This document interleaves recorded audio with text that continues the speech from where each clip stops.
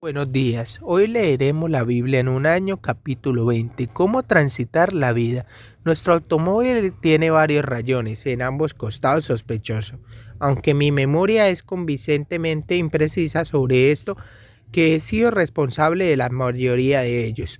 Son el resultado de la dificultad que implica transitar a través de un acceso muy angosto situado en un terreno colindante a nuestra iglesia. De hecho, las paredes de ladrillo se siguen la prueba de la cantidad de automóviles que han fallado al pasar por el reducido hueco sin sufrir una colisión menor en un costado u otro. Alguien definió la sabiduría como el arte de dirigir. Al recorrer la vía necesitarás transitar muchas situaciones ajustadas que requieren gran sabiduría a fin de evitar daños sobre ti mismo o a los demás. Ahorita vamos a leer Proverbios 2 del 12 hasta el 20. Dice así: para librarte del mal camino de los hombres que hablan perversidades, que dejan los caminos derechos para andar por sendas tenebrosas, que se alegran haciendo el mal, que se huelgan en las perversidades del vicio, cuyas veredas son torcidas y torcidos sus caminos.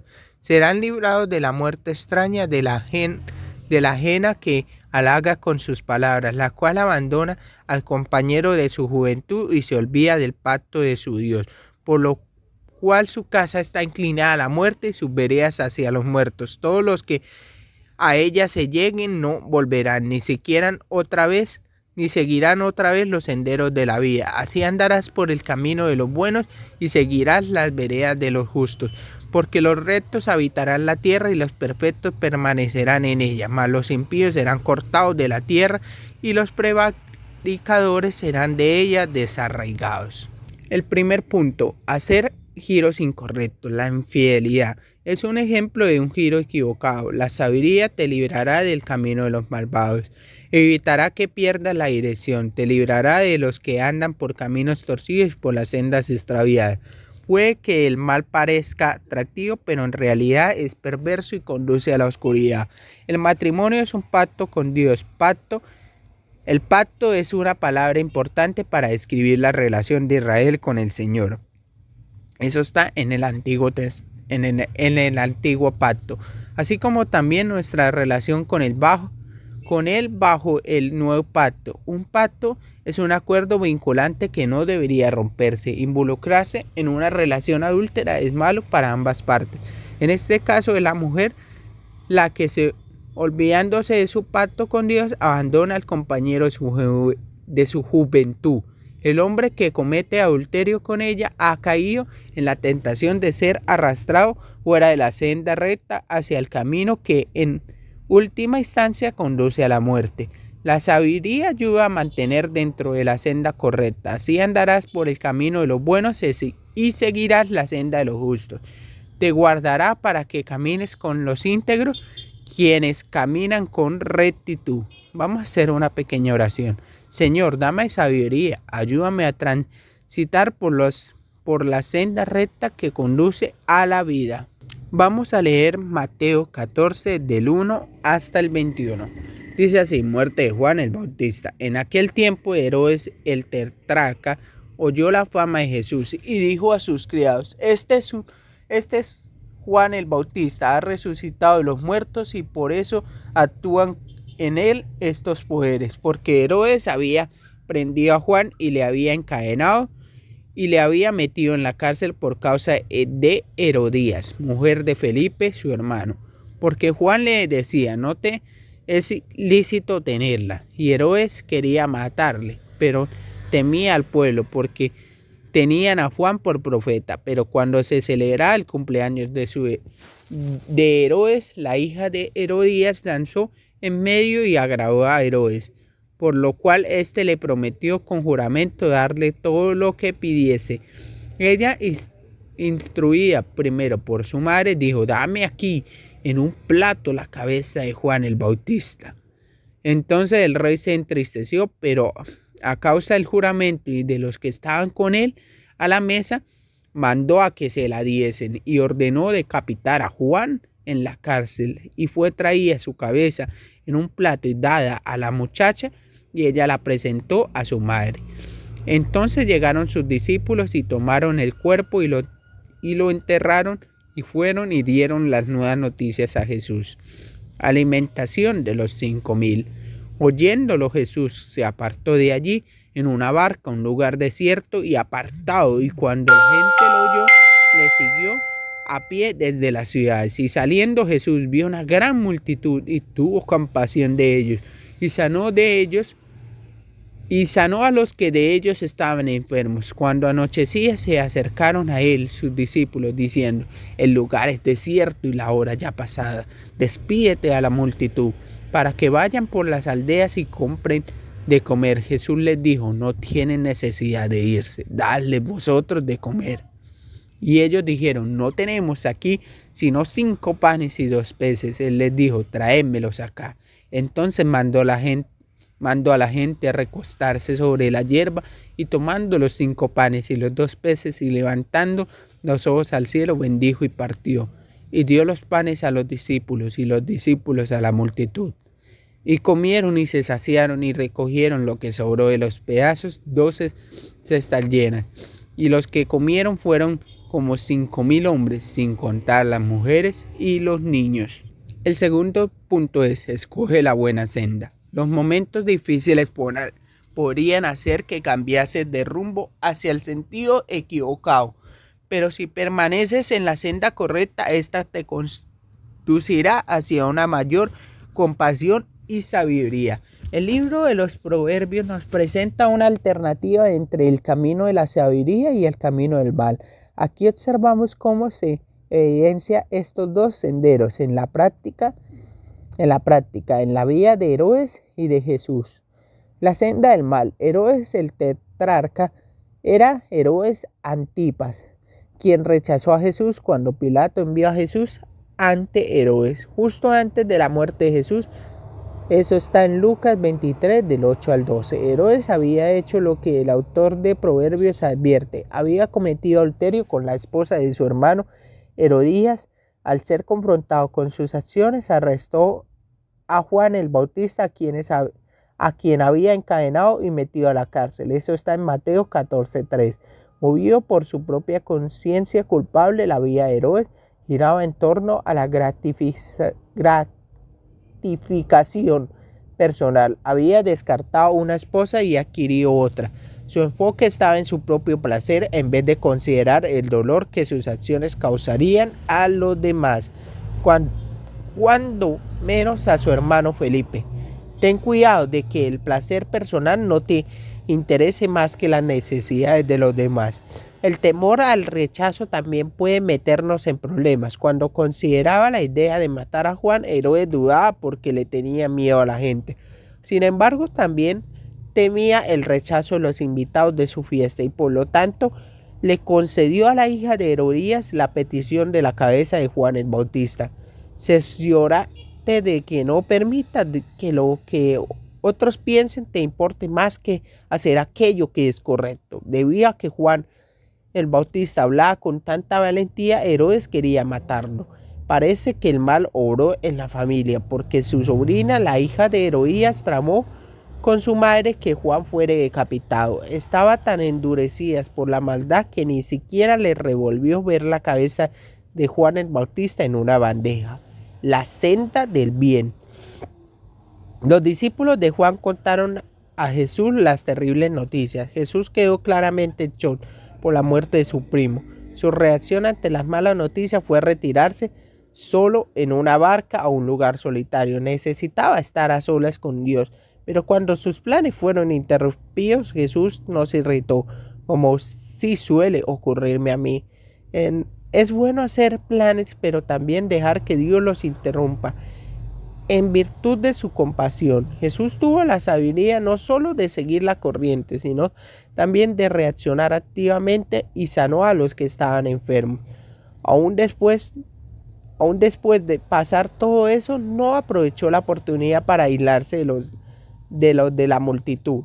En cambio, los alimentó, o mejor dicho, enseñó a sus discípulos cómo alimentarlas milagrosamente. Los movilizó.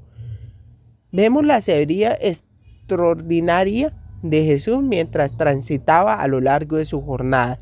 Era un día que había comenzado mal, pero se las arregló para sanar a muchos enfermos y alimentar de manera milagrosa a 5.000 hombres, sin contar mujeres y a los niños. Fue un día que se recordaría a lo largo de la historia y que después entonces ha afectado positivamente a millones de vidas.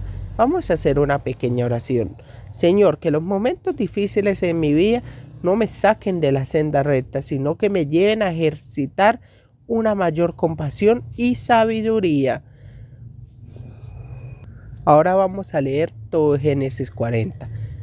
José interpreta los sueños. Aconteció que después de estas cosas, que el copero del rey de Egipto y el panadero delinquieran contra su señor el rey de Egipto, y se enojó Faraón contra sus dos oficiales, contra el jefe de los coperos y contra el jefe de los panaderos, y los puso en prisión en la casa del capitán de la guardia, en la cárcel donde José estaba preso. Y el capitán de la guardia encargó de ellos a José, y él les servía, y estuvieron días en la prisión. Y ambos, el copero y el panadero del rey de Egipto, aunque estaban arrestados en la prisión, tuvieron un sueño, cada uno su propio sueño.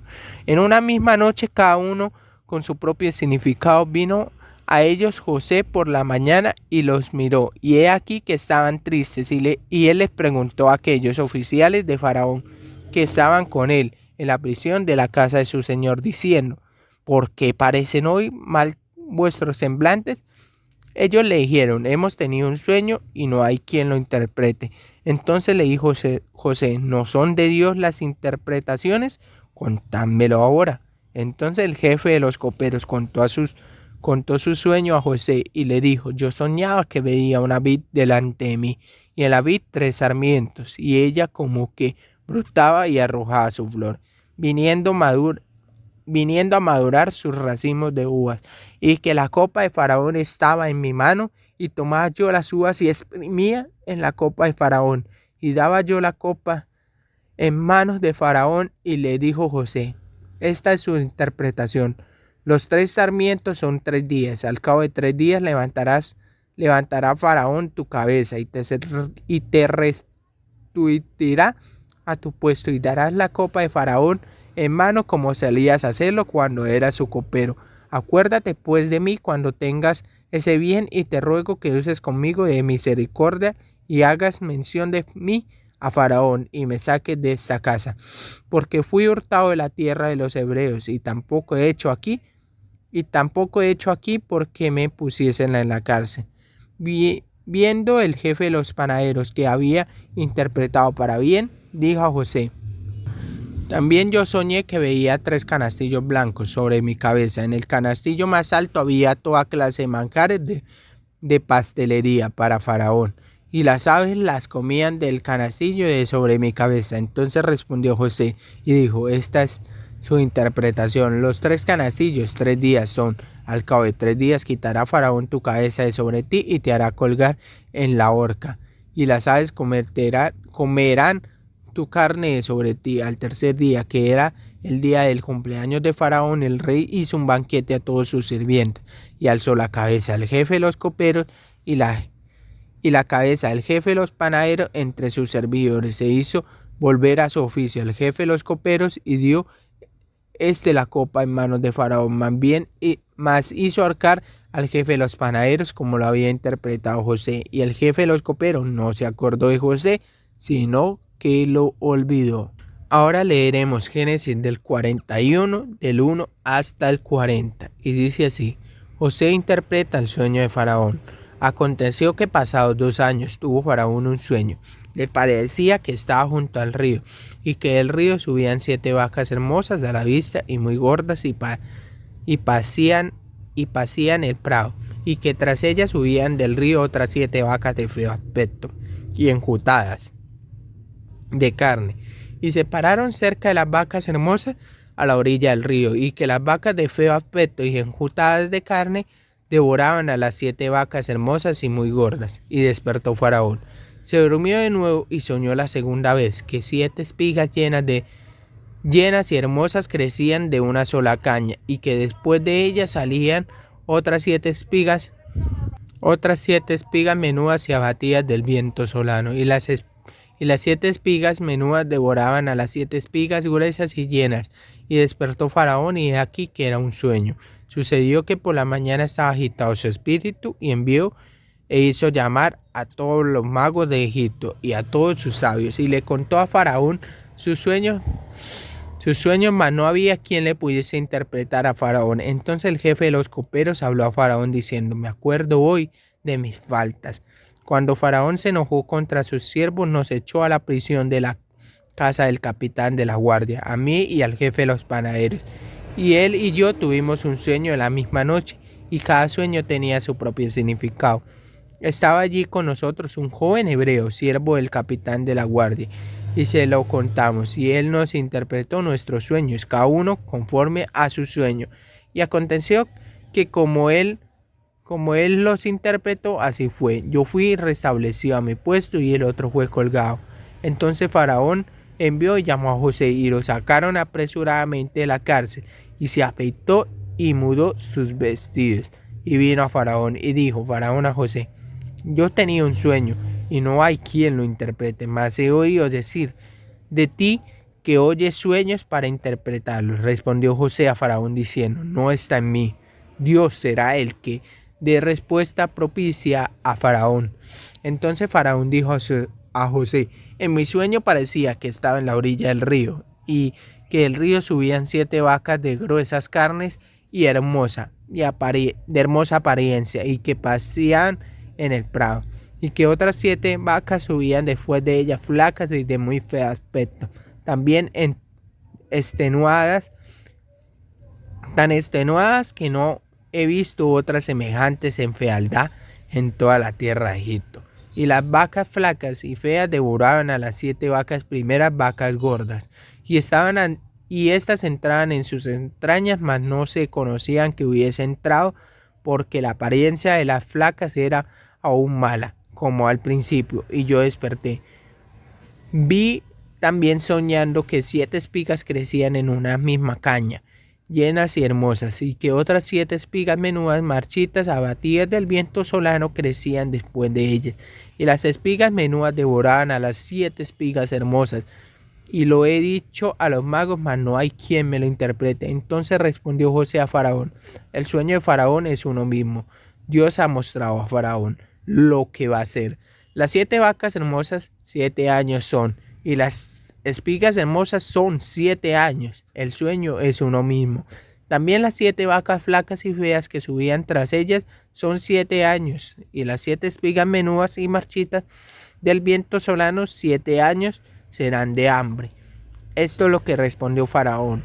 Lo que Dios va a hacer lo ha mostrado Faraón. He aquí vienen 7 años de gran abundancia en toda la tierra de Egipto, y tras ellos seguirán 7 años de hambre, y toda la abundancia será olvidada en la tierra de Egipto, y el hambre consumirá la tierra, y aquella abundancia se echará de ver a causa del hambre siguiente, la cual será gravísima.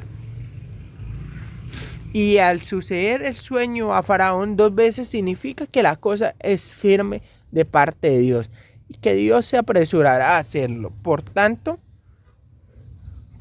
provéase ahora Faraón de un varón prudente y sabio, y póngalo sobre la tierra de Egipto. Haga esto Faraón, y ponga gobernadores sobre el país, y quinte la tierra de Egipto en los 7 años de la abundancia, y junte toda la provisión de estos buenos años que vienen, y recojan el trigo bajo la mano de Faraón para mantenimiento de las ciudades, y guárdenlo, y aquella provisión en el depósito para el país, para los 7 años de hambre que habrá en la tierra de Egipto, y el país no parecerá de hambre. José, gobernador de Egipto.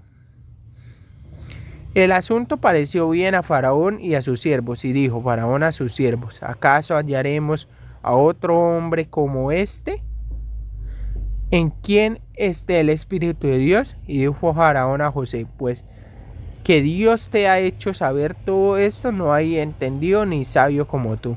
Tú estarás sobre mi casa, y por tu palabra se gobernará todo mi pueblo. Solamente en el trono seré yo mayor que tú. Punto número 3. Navega a través de los desafíos de la vida. ¿Alguna vez te rechazaron, te trataron injustamente, te decepcionó un amigo o te encontraste ante una situación frustrante? Una gran fe es prudente de las grandes batallas. Los grandes testimonios son resultado de grandes pruebas. Los grandes triunfos solo pueden provenir a partir de grandes tribulaciones. Y dijo Smith Wigglesworth. Vemos esto amplificado en la vida de José. A sus 30 años de edad lo pusieron a cargo de Egipto. El faraón buscaba una persona sabia y experimentada y reconoció que no había nadie tan calificado como José. Pero primero José atravesó un tiempo muy duro. Todo era parte de su entrenamiento. Había sido rechazado por sus hermanos, tratado injustamente y puesto en la prisión. Aún así no había acabado su padecimiento. Dios le concedió la interpretación de los sueños de sus compañeros, el copero y el panadero. Le fue dada una interpretación clara y precisa. El panadero fue ejecutado, pero el jefe de los coperos recibió la libertad y fue restituido a su antigua posición. Lo que José había pedido era que cuando éste fuera libre recordara mencionarlo al faraón de modo que pudiera salir de la prisión. No obstante, el jefe de los coperos se olvidó de José. Debe haber sido difícil y desalentador para José. Nunca es fácil cuando los amigos te decepcionan. En el caso de José, implicó 2 años más de sufrimiento en un calabozo. La cárcel habrá sido un lugar extraordinariamente frustrante para un hombre del talento de José. Por entonces tenía alrededor de 20 años en la flor de su vida. No sabía si sería liberado. Al considerar esto, pienso en mí que no soy una persona demasiado paciente. Creo que hubiera enloquecido por la frustración. Pero Dios prepara a José para algo grande. Probablemente no le parecía que estuviera haciendo en aquel momento al alimentar a los demás prisioneros. Dios prepara a José para el momento en que alimentaría a las naciones desde un palacio. Finalmente, cuando el faraón tuvo sueños que no podía interpretar, el jefe de los coperos dijo: ahora me doy cuenta del grave error que he cometido. José fue convocado para interpretar los sueños del faraón. José expresó: no soy yo quien puede hacerlo, sino que es Dios quien le hará a faraón una respuesta favorable. Vemos de qué forma José había crecido en sabiduría, la autoconfianza y el pavoneo de su juventud había sido reemplazada por dependencia de Dios. Aquí se desempeña con una extraordinaria mezcla de humildad y confianza, dos cualidades que no suelen ir de la mano. Esta es la clase de humildad y confianza que necesitamos para enfrentar los desafíos de la vida. No soy yo quien puede hacerlo, sino que es Dios. José interpreta los sueños del faraón y le dice cómo responder a ellos. Aún el faraón reconoce gran sabiduría que creció en José. Pregunta a sus funcionarios: ¿podremos encontrar una persona así en quien repose el Espíritu de Dios? Por reconocer que no había nadie más competente ni sabio que José, el faraón lo puso a cargo de todo el imperio. En medio de sus padecimientos, tus pruebas y tus tribulaciones, Dios te prepara.